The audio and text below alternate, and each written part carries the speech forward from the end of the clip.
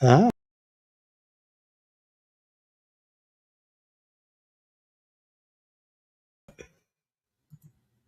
That was classic. That was a classic uncanny Yep. move right there. I haven't done one of those in a long time. That's fantastic. Welcome everybody to a special episode of This Uncanny Earth. But you guys get the vintage logos um, with these episodes because they will be few and far between. We'll give you something every now and again. Tonight we are discussing cryptids. I feel like it has been long overdue since we've talked about these things. Um, and I really wanted to do some that were more likely to be real than fake. You know what I mean? Like you could say a golem is sort of a cryptid, but I don't know if rock coming to life constitutes the ability scientifically to feasibly do that, and I don't think It's so. I'm called not an gonna say I'm earthquake. against it. I'm not going to say I'm against it, but I just don't think in the realm of possibilities it's as easy as say like you know a kraken or something like that. Something that would make sense to exist as opposed to something that naturally would not exist. And so we'll leave out superstition for some of these because I feel like that's the best way you can do these. um, we'll go ahead and start with you because I see you're rocking a type of a hairstyle, and I Yeah. know you've been real happy to get into this one. This is like your favorite thing. This is like your favorite cryptid. Yeah. So, which I mean, in reality, it still is a cryptid. It would be classified as a No, cryptid. So, no, it wouldn't. no. Oh, you're going to tell us why, aren't you? Yes, yes. Oh, well, do you know what? By all means.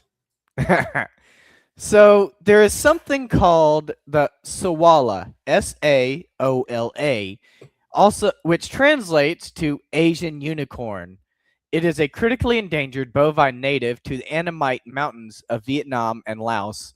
It was scientifically described in 1992 based on remains found in Vu Quang National Park, marking it as one of the most significant zoological discoveries of the 20th century.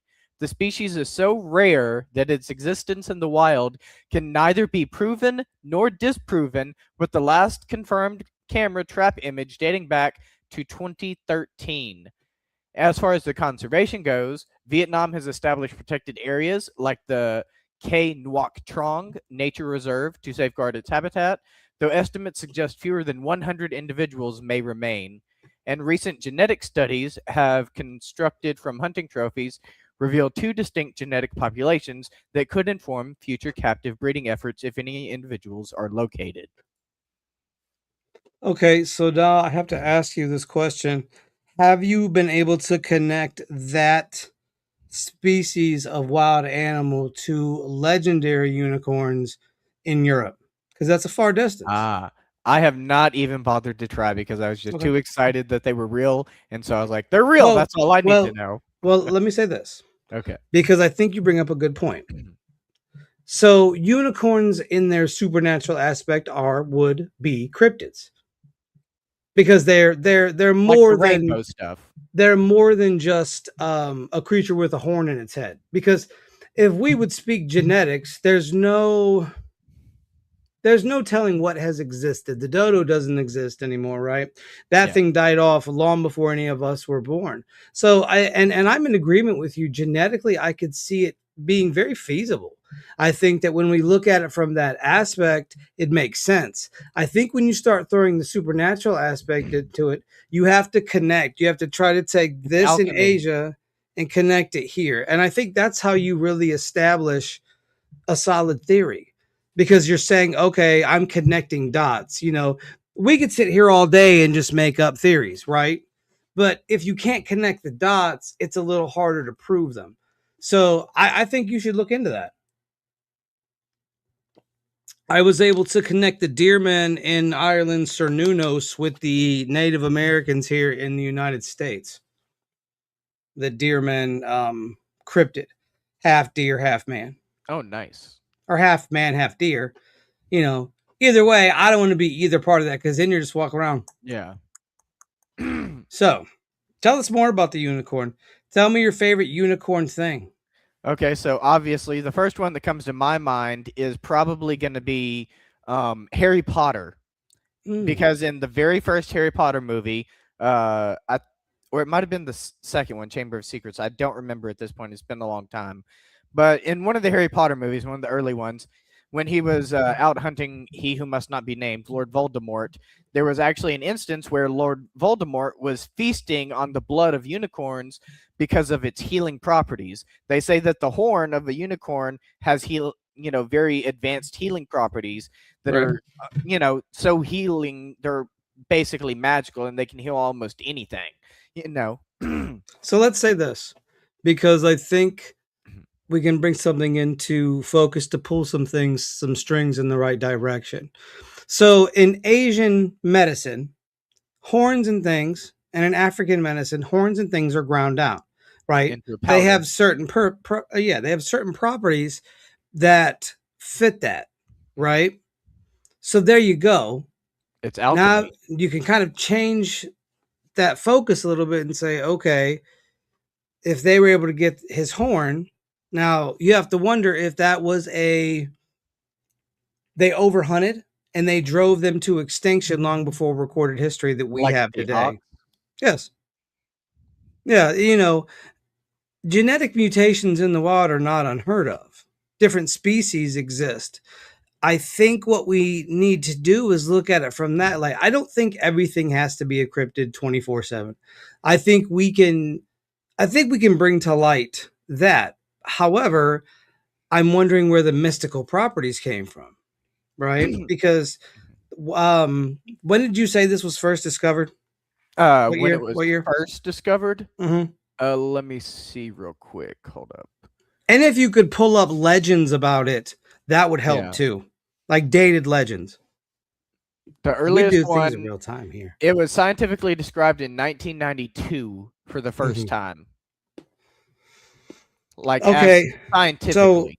look up unicorns. When were unicorns first talked about in Chinese mythology? Okay. That this is the Yeah. dot I want to try to connect.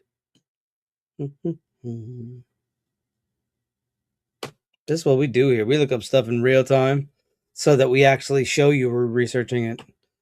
So yes, that's what we're doing, and we're talking about unicorns and other crazy, wacky cryptids. And You should also, have I told me actually that. do have a theory about the horn while I'm looking this up. I think it Yes. might have been to try to hide the medicinal properties and make people think that it was all myth and it was an alchemical in translation so that only people who already knew or people who knew how to read the tongue of the alchemist could translate it and understand that it was a real thing and it was just obfuscated so that, everyone wouldn't know about it. Like hermetic orders. So that's a tough one because I think when you're dealing with that kind of stuff, I'm sure that there were doctors who knew of those medicinal properties, and the common man doesn't because the common man has to do work in fields and things like that and take care of oxen, stuff like that. So I don't want to say because I don't want to do that. I don't want to put it in a place where only certain people can have it. I feel like that's something that is relatively known. Like it's not something that's hush Yeah. hush, needs to be quiet. Okay. So for me, I think that when you talk about that, because what I'm trying to do is put a solid foundation to build off of. Um, if the horn was magical, what you or medicinal, I'm sorry, not Yeah. magical, medicinal, what I would do is look to see if any European traders made their way to China and brought that back in some form or fashion, because then you could collect legends. But here's my issue: 92 unicorn legends have been around a very, Yeah. very, very long time. And what I look up here actually says that it was unknown to ancient Chinese culture and is absent from Mm, traditional pharmacopoeias and folklore. However, the nickname Asian unicorn often leads people to confuse it with something known as the Quilin in Vietnam, which is a mythical creature in Chinese mythology. And the origin of the Quilin is first appeared in Chinese texts during the Eastern Zhou, Zhou. I hope I pronounced that right, period from 771 to 256 BCE, with descriptions dating back as far as 2700 BCE. And some scientists speculate that there's a thunderstorm happening outside right now, that the Quilin myth might have been inspired by distant prehistoric encounters with koalas or similar bovids in southern China, but there's no direct evidence, and the koala's current range is limited to Vietnam and Laos.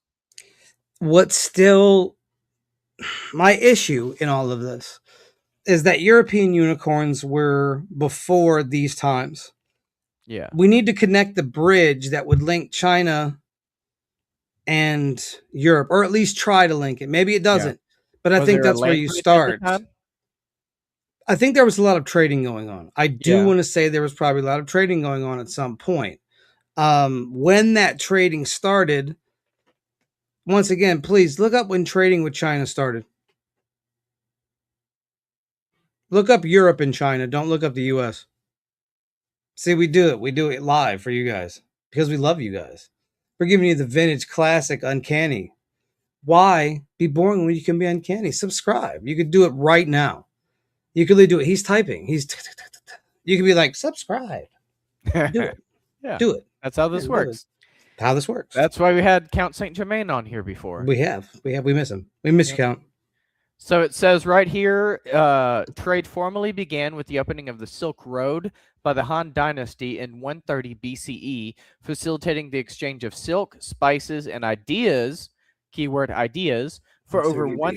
1,500 years. Direct maritime trade was later established by Portuguese in 1517 when George Alvarez became the first European land in China. Now, 130. between the Quilin, So and wait. trade goods. Let Oh, me. I don't mean go to ahead. interrupt you. No, you're good. So the earliest time that you have is the one you just gave me, correct? Yes. 130 BCE is when the trade started. Okay. Now do me another favor. Look up when the first unicorn legend was spoken. Well, I actually had something right here because I had already typed that into my previous question, There we go. and I already thought ahead. And it Good said call. the Good call. Chinese quilin, often translated as unicorn, was a common motif on porcelain and silk traded along these routes. And European merchants frequently imported these goods featuring the creature, though they often misunderstood its cultural significance as a symbol of benevolence and prophecy. And the artistic fusion by the 17th and 18th centuries, the image of the quilin appeared on European Delftware and other imitations, blending Chinese mythology with Western artistic styles. So it sounds like that might be a Mm, good source of mm, where it may have originated yep. from Yep. impaired Yep. porcelain. But you would have to do more research on that and see, like, Yeah. okay, because that still does not take away the mysteries regarding it. You know what I mean? Like the horn being used for medicinal purposes. Marco Polo actually described in the late 13th century when he traveled to China, he claimed to have seen unicorns and he described them as ugly brutes with thick skin and a single horn, clearly identified them as rhinoceroses, not the mythical like creatures of European Mm, legend. mm. See, that's tough because Yep. that's a very accurate description of a It is. rhinoceros. A rhino is technically a unicorn. So, but once again, One horn. it still doesn't explain the King Arthurian legends, style legends about that. Yeah. Now, what I would think is there has to be maybe something to the effect of the Pegasus and the unicorn, maybe some connection there. Maybe they got Um, melded together somehow. it's possible. Legends go over time. People would lose their mind if there was a Pegasus unicorn. That'd be about it. People would just be gone. Imagine. Well, here's the thing: unicorns sometimes fly. Not all the time. In some legends, they don't. But there's times when they have wings. But aren't they just Pegasus at that point? Let me know, chat. He's typing. We're talking. Subscribe today. Watch it. Hang out. You'll have fun. I promise. Dude, you just invented something brand new. Pegasus unicorns. There is no historical, mythological, or biological relation between Okay. the Asian unicorn and the Pegasus or the Western unicorn. The Pegasus is a winged horse from Greek mythology, while the Western unicorn is a horse-like creature with a single horn. Neither Yep. appears in ancient Asian myths, nor are they linked to the swalla, which is a real non-winged bovine. Okay. So, So what if they all just had their own species? yeah, Think like about it their like own this. little version of We the have swalla. deer and other people have reindeer. We don't have Yeah, reindeer. So exactly. That's something I think that should be looked into. I actually, when I was younger, when I was a little kid, I actually used to think reindeer were unicorns that lost their horn. So where did you think the other horns came from? Where are you going? Hey, where are you going? No, no days off, right? Change your mindset. Oh, Where are you look! going? Hey, I know. look! I told you. In the chat room, James I know. James got us Yes, I know. unicorns. I would Unicorns in have the to read Bible. that. Let's see. We could Yeah, do it let's look it live. I up. mean, I'm gonna look it up. I already got it. I already got it open. Okay. Let me pull it up, sir. Let me pull it up, please. Un Yes. momento. Because hold on. We got something good here. All right, which Job is it? 39 lines 9 through 10. 39, Yeah. lines 1 through 10. 9 and 10. Okay, let's start from the beginning. Are you acquainted with the bearing of the ibexes of the crag? Do you observe the traveling and birth of the hinds?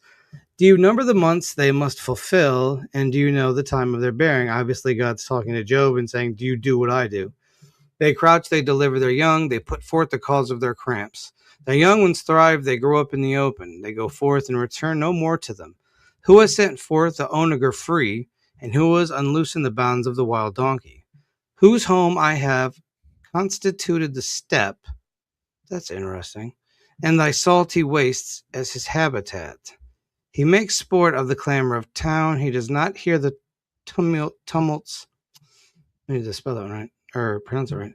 Of the taskmaster. He explores the mountains as his pasture and seeks after every green thing. Is the wild bull willing to serve you? Would he lodge you all night at your crib? Can you tie the wild bull with curb and rope? Would he harrow the valves after you? I don't know.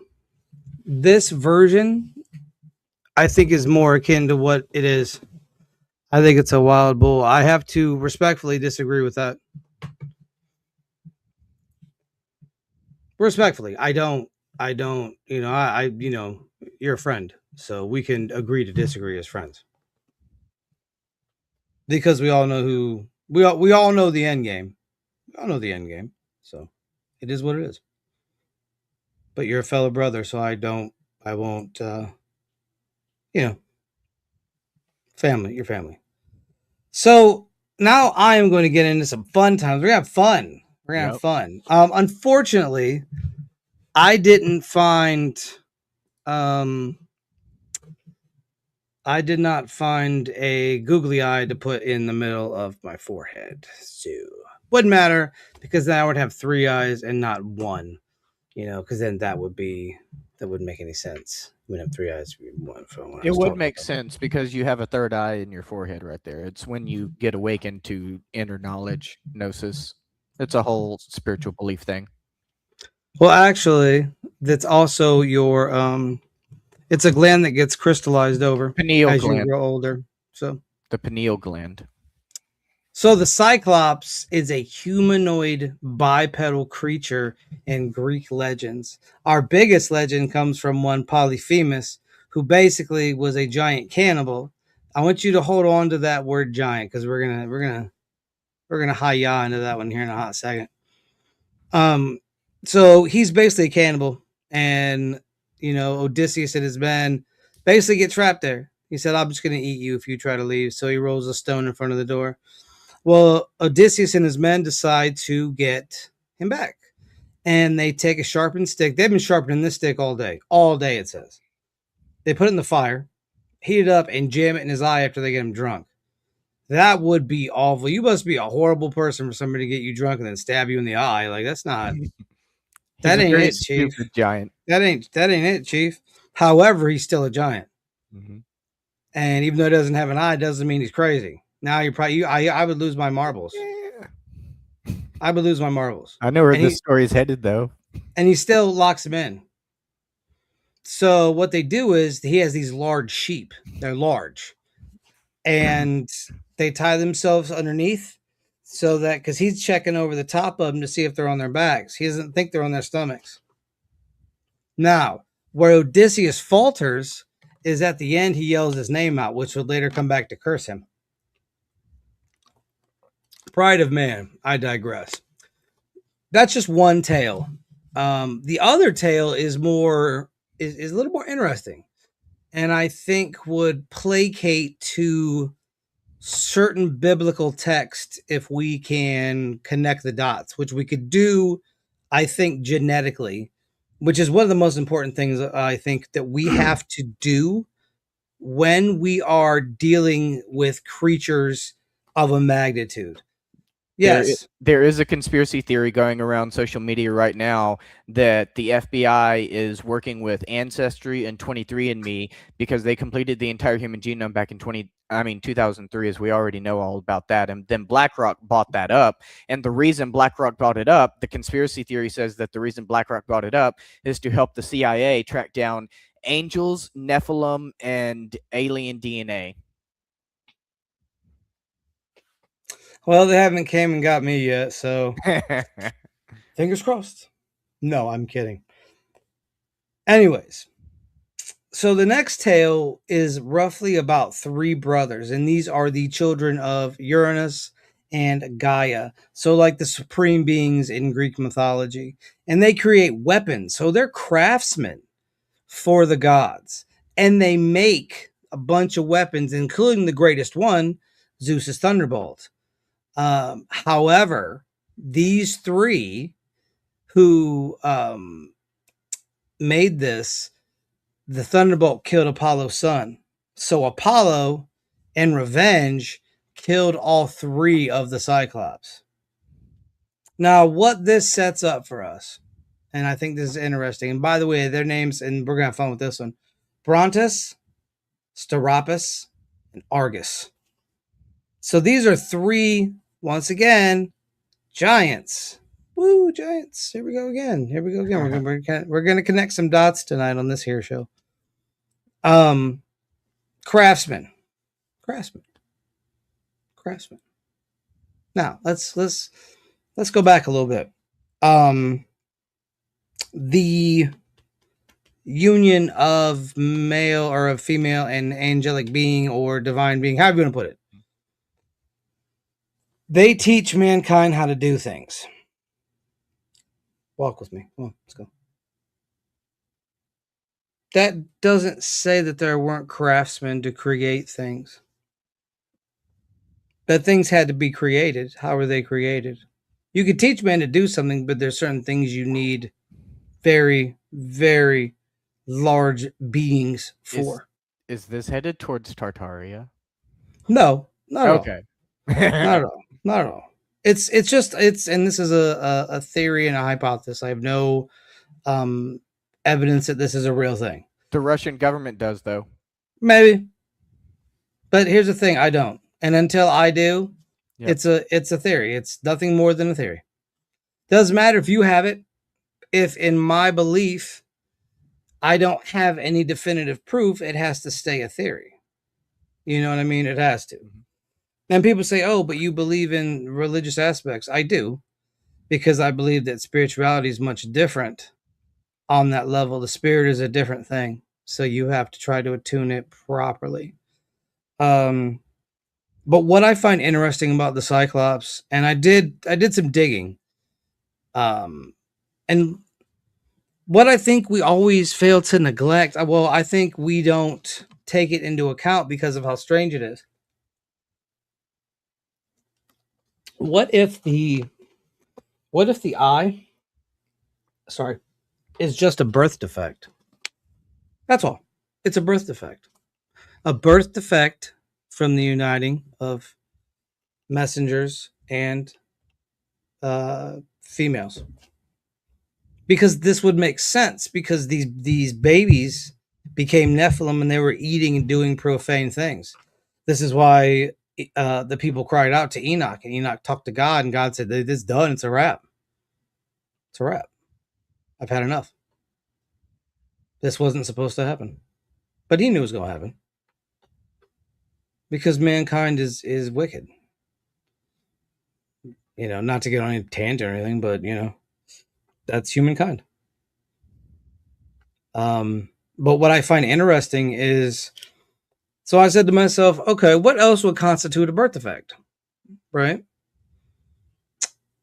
So in 2 Samuel 21:20, it describes a giant from Gath who had 6 digits on each hand.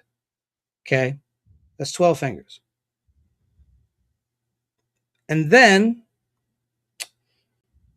it talks about another battle at Gath. And a gigantic man came with 6 fingers on his hands and 6 toes on his feet, 24 in number. He too was a votary or a follower or an adherent, because that's what that means, to the Rapha. The Rapha were giants, right? So here we are mapping a birth defect, 6 fingers, right? Which would make sense because of, let's throw another one out there for Chad and everybody else. Let's take a little lower. Let's take it human side, right? Let's take it human side. If anybody's familiar with the Plantagenet dynasty, right, or the Habsburg, Joel, these were all birth defects / genetic defects because the inbreeding that was going on, the mingling of famille, right? So it's not too far off to say that if in fact this union between watcher and female would produce something very similar, it would have to. And I would tell you why. Because the Nephilim, or the giants that were here on Earth, went crazy. They started eating everything in sight, and when they could not eat, they started eating man. God's like, "No, I love man. We gotta is adios, amigos." So in that regard, that's not to say there wouldn't have been craftsmen. They just have birth defects. Because it wouldn't just be a birth defect physically. There could also be mental birth defects because they committed profane acts and blasphemous things, which probably they were doing things to people that wicked. Just you don't even think about it because it's bad. Did you say 6 fingers and 6 toes for a total of 24? Yep, 6, 12, Did you 18, see the 24. numerology? No, what was it? Go ahead.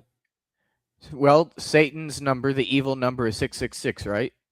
6 fingers, 6 toes. You add all together, you get 24. 2 plus 4 is 6. That's 666.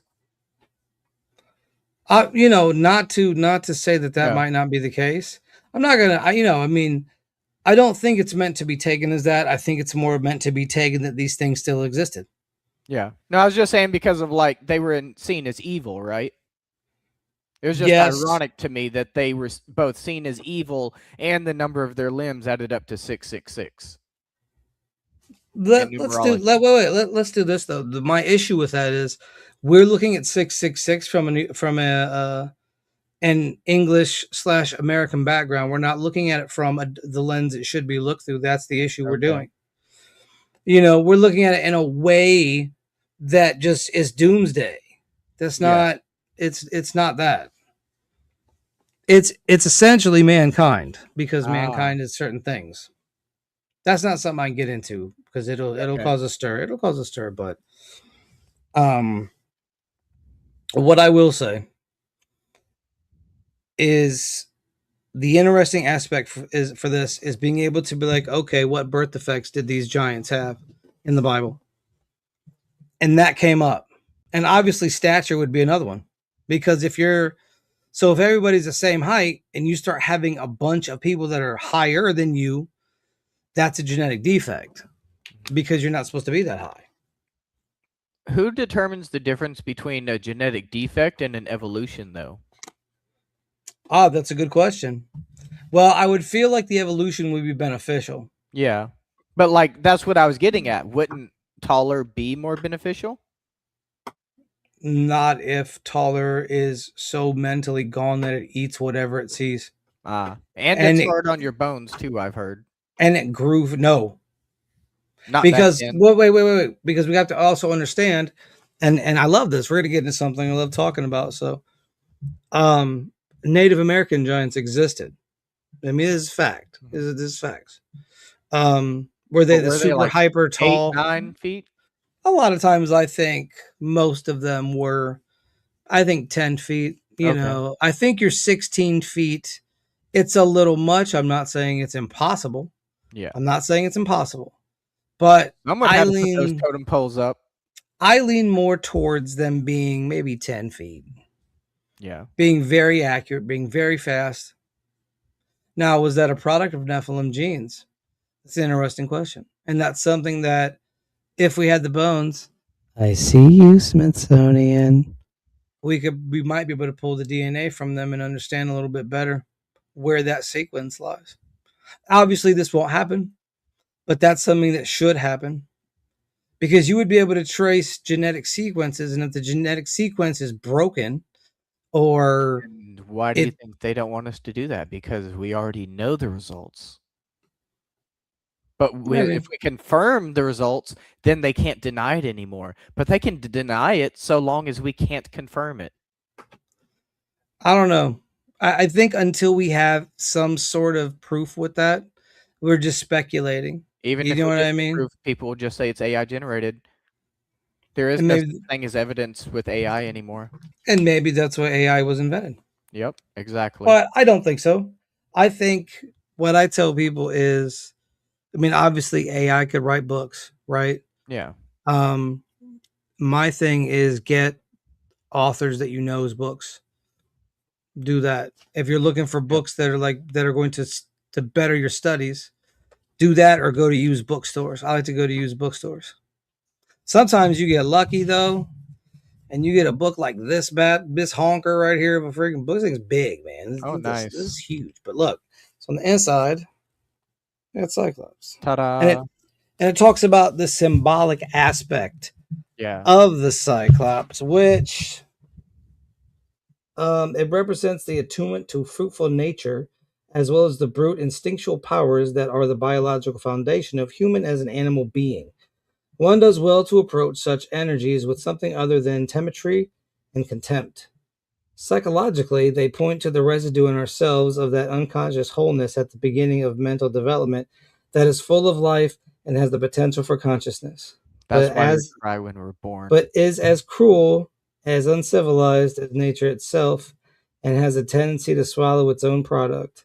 The terracotta figure suggests that both conscious and unconscious suffer from such devouring. So they said all that. Yep. They said all that to say that it's a basic mental defect. Because that's what that was. I don't think, like I said, I think the it's like if you go to, they used to have like shows where they would put people on display like The the bearded bearded lady. lady. Oh, I like how we both Yep. thought of that. That's hilarious. Um, and to show those people off. And so once again, I think some of this is just a genetic abnormality. But my point when dealing with the Native American giants, they're fast, they can fight, they can run. That I think we need to look into Ooh, that aspect of giants. like And this Wendigo. yeah, Because see, they but the were known to problem be tall, right? here's the problem. I'm looking for a logical, like, these that kind of tall people okay, we talked about this earlier. So the reality for me, and that's what I'm looking for, because I want to be able to break it down reality wise so I can start connecting dots. Um, with giants, I look at them as something that is either a product of that union, genetic, abnormality. I think abnormality works better in what we're talking about. So let me rephrase. I think genetic abnormality, especially when you can run and jump and still be that tall. Because we had a very tall man. I forget his name. It was Robert. Who was the tallest man? You're my Let's. data guy. You got to be the data guy. You got to be quick, data guy. Anyways, while he's doing that, let me tell you about the great time we're having right now. Subscribe. Like if you're not doing, you could do it Robert right now. Wadlow. How tall was he? He was 8'11", Okay. So if you look at him, 439 pounds at death. if you look at him, he has trouble. But these giants did not have trouble. Once again, why would the Smithsonian want those bones? And why would they go to great lengths to cover it up? I think that's a question we have to ask ourselves. Okay, sir, we have about 15 minutes left. What do you got for us? Hydra. Not as a real creature, but as symbolism. Because one thing that I've been thinking about a lot lately is the story of Hercules fighting the Hydra. And here's the deal. I believe Hercules was symbolic of the free people, the serfs uniting with the nobles to fight against a common enemy known as the Hydra, which had 3 heads. There are 3 sections of modern day government, 3 branches of government. So what if each head of the Hydra was representative of a leader of a foreign enemy state, and the whole point of the Hydra was to convince people and give them a symbol to stand up against, to free themselves and liberate themselves from oppression? So I want to say this. I want to talk about why it could be real. That's what I want to talk about. Yep. I get the symbolism aspect, much like the Cyclops, but I think, once again, I think there's things from the world. How do I phrase this correctly? That used to be real, but they kind of went extinct. Yes, but from a different time period, like a very, very, very, very, very long time ago, long before we knew what Before was, the dinosaurs. right? Yes, Yeah. or Deering. It doesn't matter. Maybe Deering. I think some of that still existed, right? So I think the Hydra is, I think it is once again, a genetic abnormality. And where's the 8? Because I know they talk about the Hydra having 8 heads. Oh, I don't know about the 8. The stuff I was looking at was just talking about it having multiple heads.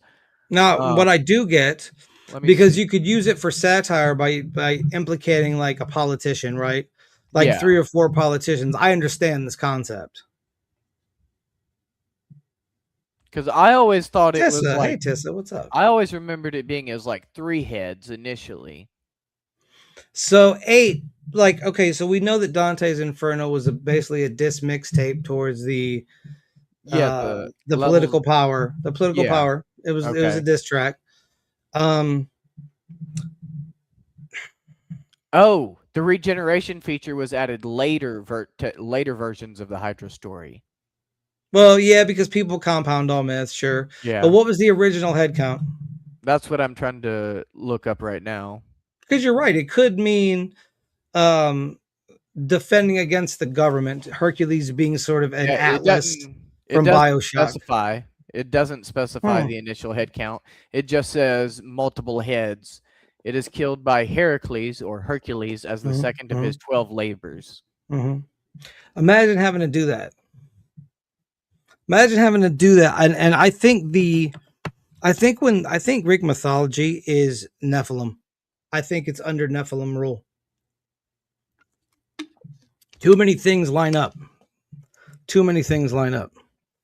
For instance, the Minotaur, the giants did wicked things. Yeah. Like wicked. Like DNA changing wicked. Like Files wicked. Very much. So here's the thing. Like the Minotaur at Crete. One of my favorite tales, right? It's stuck in the labyrinth. What if, and obviously, once again, I'm saying this with theory because I enjoy it. What if it was a byproduct of that action, and then it was so rowdy that they had to build a maze to surround it? And maybe they threw, I mean, it would be a good place to guard treasure. Yeah. That's solid. But that means somebody has to go get it. And ain't nobody wanting to go in there and fight the Minotaur. You got a good trip? No, I do not got to go. I quit. You'll die. I'm going to die either way. I don't want to get gored by a Minotaur. This ain't Dark Souls, Chief. I think that when you talk about stuff like this, and I like it because I like to genetically see where things move by process. So for me, like things like the unicorn, things like the Kraken, well the Kraken, because I do want to get into that. Yeah. I think the Kraken is very much real. I do too. And let's talk about this. Let's talk about the Kraken. Do you mind if we start talking about the Kraken? Star, I didn't mean to interrupt you. Did you want to say anything about it before I? No, that's it. Let's go. So, anyways, what's Kraken? I've been wanting to say that all day. Squids in the ocean. I've been wanting to say that all day. So, obviously, it's a legendary sea monster for Norse mythology and was first discussed in Norwegian glossary by Christian Jensen, who I didn't get one of them crazy Norwegian names that has like J's and K's and no vowels. Those are rough. You gotta ask them how to pronounce those kind of names. This is the beginning of the tale, or is it? And I'm sure Steven's going to get a big kick out of this. Like, if he doesn't jump up and click his heels together, something's wrong with the boy. No, I'm kidding. Akororo Kamui was a massive red octopus, like Kamui, divine being, that was said to stretch over an entire hectare. So I mathematically wanted to see how big a hectare was, right? So it's 170 or 107,639 square feet. So I didn't understand square feet at first, so I had to look that up. Yeah, I don't know. And then it broke it down to acres. It's 2.47 acres. Jeez. 2.47 acres size creature like that.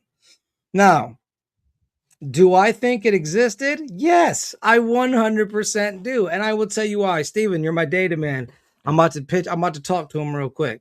Look up the largest squid ever. No. Oh, because I already did that. I'm trying to remember. I'll draw a blank. But go ahead. What is that? Go ahead. Tell us. Tell us for fun.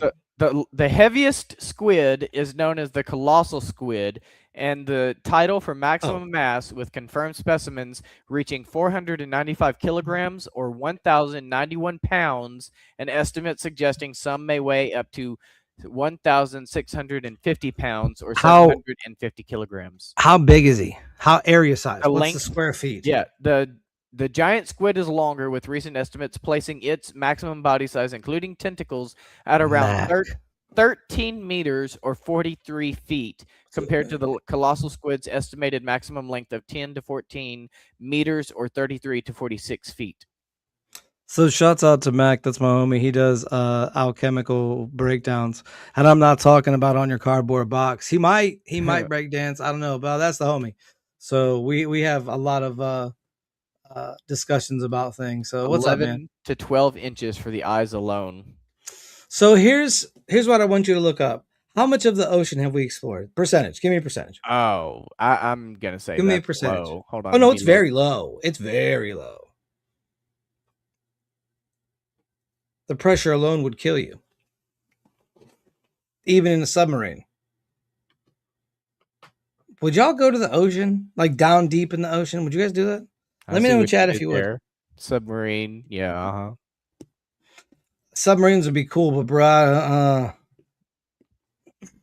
I'd rather fly. Wait, why is that article so old? Because I'm okay. I'm kidding. Okay, here we go. This article is from January 10th, 2025 from oceana.org. Says that we have 80% of the ocean is undiscovered, so we have explored 20% of it as of January 2025. Listen, Tessa, me and my homies, I'll swim in it. I like swimming in the ocean. That's fun to me. I highly enjoy that. But in terms of like we get to go down in, no, we do not get to go down into the ocean. I'd rather go to space. If I had to pick between going into the ocean or going to space, I'll go to space. And see, that's why we will never find the most interesting things, because they are at the bottom of the ocean under all that pressure. No, yep, you keep them. That's why meditation says to go inward. It's the same thing with the planet. Nope, because all that inward nonsense is all good and fine until you run into a Kraken. And he's like, "What's cracking? 57 what, arms just tearing your ship you don't think apart." you're gonna find a space kraken out there? There's space No, kraken. no, there's no space kraken. Yeah, they're made with No, technology. They're just not that's biological creatures. just the Reapers from Mass Effect. That's all that is. That's just the Reapers from Mass Effect. Come on. No, so and it's 20%. Anybody that's ever been to an ocean at all, I've been to the Atlantic and the Pacific. Vast, right? Vast. You have no idea what lurks down there, and you know what? I don't want to know. That's why I like being up here on land. I think Mac is right. I agree with Mac. No, but I'm saying, like, I wouldn't do it. Like, if I had to pick between going to space or going to the bottom of the ocean, space. Bye. See ya. Nope. Nope. Either way, if it goes, it goes. But I'd rather go out in space because, you know what I mean? I'm so fly. Got him. No, I'm kidding. So, no. Would you go deep in the sea, Steven? Steve guy? If I knew that there was a, like Mac said, if there was a No, no. right now. If the government said, Steven, we need you at a top secret research facility deep into the ocean, are you coming? What would you say? Well, I would be curious, but just because the government. No time to answer. No. What would you say? No, because I dislike the government. Oh, you're gonna get blasted. And you're gonna ruin this for us. Because see, you infiltrate. We get it on the show, bro. We're all probably gonna get murked, but we'll be paid. I wouldn't mind sitting in a jacuzzi for a few hours before Uncle Sam's like, "Hey, you ain't supposed to know that." Like, what do you mean I'm supposed to know that? I'm kidding. Not wrong, Mac. Mac is right. Either way, we die. We're just having fun. We're having fun. We're goofing, right? It's Saturday goof night.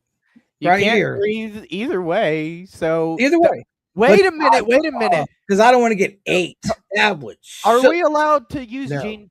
Are we allowed to use gene splicing? You are not allowed to do anything outside of the parameters of the technology we have right now. And no, we do not have gene splicing like that. Yes, we do. It's called CRISPR technology, and all we got to do is take the genes out of the tardigrades, put them into the human body, and we can go up in outer space now. Okay, first of all, spacesuits. It is 100% possible right now today. Okay, not for you or me, but we do have the technology for that. Listen. I'm not saying we do or don't. I'm saying logically. Logically, yes, we do have the technology to splice our genes. Okay, so I want you to get your spliced, and then you got to come back and tell us about it. No, because they don't care about me. They're not going to splice me, and even they love you. They love you. I get fan mail from them, and they're like, "He is the most adorable person we've ever seen." They love you. They love you. Oh, stop! They're just you don't think highly enough of yourself. All their secrets. See, they love you. But they can't say anything because if they said anything, it would just expose their secrets as actual truths. That's why they love you. You know, they can't actually. Listen, it gives them something to do. They're like, hey, we got to make that guy be quiet. But they love you.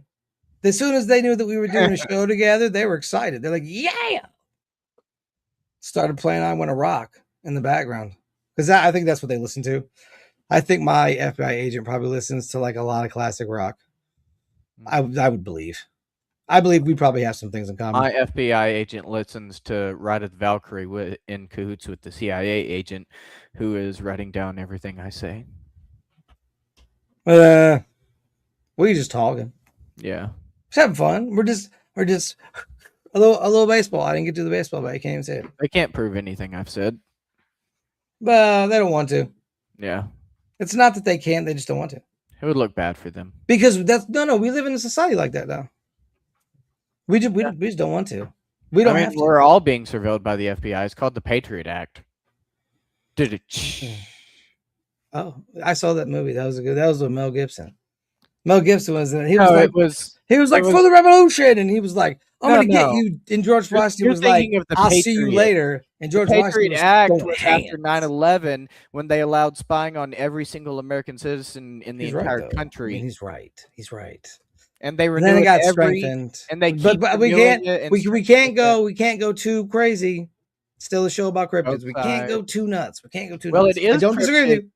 I don't disagree. I mean, I think. But I do think those files that they have definitely have information about things like that. Yeah. Like you can guarantee they know something is in that ocean that probably would eat like an island. You guys, you can all take your Gojira! little, you can all put your little sweet boats in that water. You know what? Because I'll be in space. Yeah, if it goes wrong, cool. Oh, Fine. As long as that was alien or kind of predator funny. isn't around. If predator's around, that's okay because if you don't fight the predator, he won't fight you.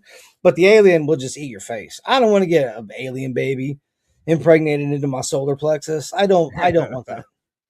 I don't want that. I'll take my Oh, risk with the ocean. All right, you got y'all. enough That's kids. all right, y'all. Let's get out of here. I hope you all have a good night. Wait, hold on. We have a question. Why have orcas been attacking boats? Because we Yep. Nah, no. I just think orcas are the cats of the sea. Orcas are cats of the sea. They F with stuff. You know let me tell you this and pardon me. The worst are wasps. They just mess with you to mess with you. I think orcas do the same stuff. They just do it.